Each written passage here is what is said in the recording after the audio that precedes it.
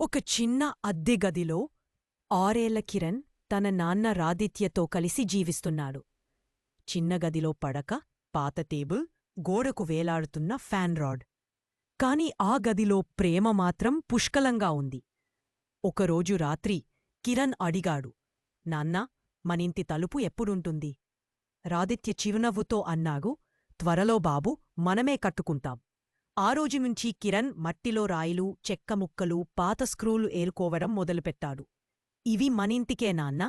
ఏళ్ల పొదుపుతో రాదిత్య ఒక చిన్న స్థలాన్ని కొనుగోలు చేశాడు. అక్కడే వారి కలల ఇల్లు ప్రారంభమైంది. ప్రతి ఆదివారం కిరణ్ నాన్నతో కలిసి ఇటుకలు కదిపాడు, రంగులు వేయడం నేర్చాడు, తలుపు దగ్గర తన ప్రత్యేక రాయి పెట్టాడు. ఒక తెల్లవారుజామున తలుపు తెరచిన కిరణ్ ముఖంలో వెలుగు మెరిసింది. వారి కల సాకారమైంది. నీవు తలుపు కాదు బాబూ, మన భవిష్యత్తు తెరిచావు. కిరణ్ అండ్ రాదిత్య చాలా హ్యాపీగా ఉన్నారు ఇప్పుడు.